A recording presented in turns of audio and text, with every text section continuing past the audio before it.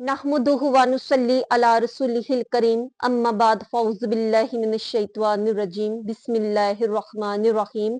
मोहतरम सामीन व नाजरीन, अस्सलामु अलैकुम व रहमतुल्लाहि व बरकातुहू।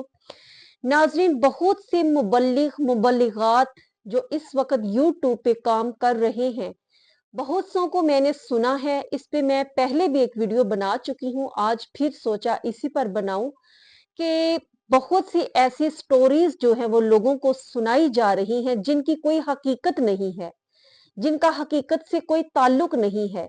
एक हाफिज़े कुरान लड़की है, उसको मोबाइल की वजह से उस पर अल्लाह का अजाब नाजिल हो जाना। एक हाफिज़े कुरान लड़की है, वो कपड़े सिलाई करती है तो वो मशीन उसके साथ चिपक जाती है, उस पर अजाब नाजिल हो जाता है। एक हाफिज़े कुरान लड़की है, वो किसी के घर काम करती है और मालिक के पैसे निकाल लेती है जेब से, तो उस पर अजाब नाजिल हो जाता है। एक हाफिज़े कुरान लड़की है जो मौलवी की बेटी है, पहली ही रात वो कुतिया की शक्ल उसकी इख्तियार कर लेती है। तो इस तरह की बहुत सी मनगढ़ंत कहानियां सुना सुना कर, और लोग भी बहुत दिलचस्पी के साथ एक स्टोरी को सुनते हैं और अच्छे और बुरे की तमीज उनके अंदर नहीं होती। इस तरह की बेबुनियाद कहानियां सुनाना और बात सुने, ये यहाँ पर बैठकर जो बोलना है ना, तबलीग का काम करना, अल्लाह और उसके रसूल के पैगाम को दूसरों तक पहुंचाना, ये बहुत टफ काम है। ये इतना इजी नहीं, मैं समझती हूँ सबसे ज्यादा मुश्किल काम ही यही है, क्योंकि ये एक बहुत नाजुक मरहला होता है। आप एक दीन फैला रहे हैं, दीन का पैगाम दे रहे हैं, थोड़ी सी ऊंच नीच हो जाए तो आपका ईमान जाया हो जाने का खदशा है। ये ऐसे ही है जैसे आप पुल सरात पर से गुजर रहे हैं।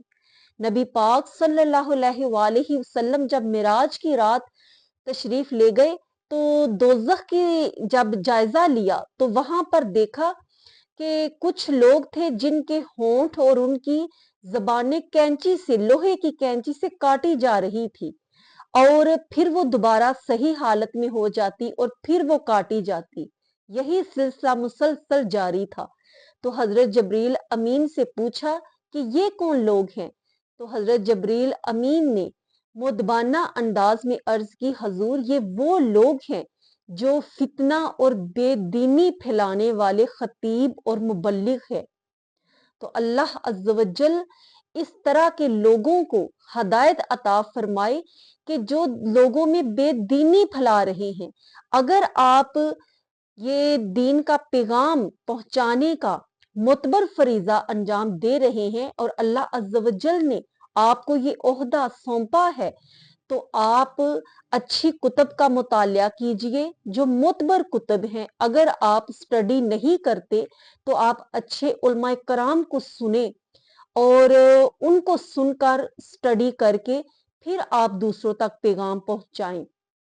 इस तरह से बेबुनियाद बातें सुनाना और दुनिया के इतने लालच में व्यूज लेने के लिए इस तरह की मनगढ़ंत कहानियां लोगों को सुनाना और उनको बेदीनी का शिकार करना, ये बहुत ही गुनाह का काम है। और अल्लाह अज़्ज़ व जल ऐसे लोगों की सख्त बाज पुर्स फरमाता है, अल्लाह से डरते रहना चाहिए।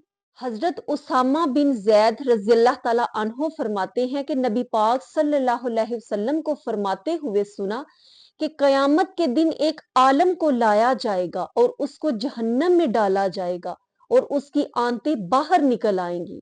वो अपनी आंतों के बल जहन्नम में घूमता फिरेगा, जिस तरह से एक गधा चक्की के गिर्द घूमता है।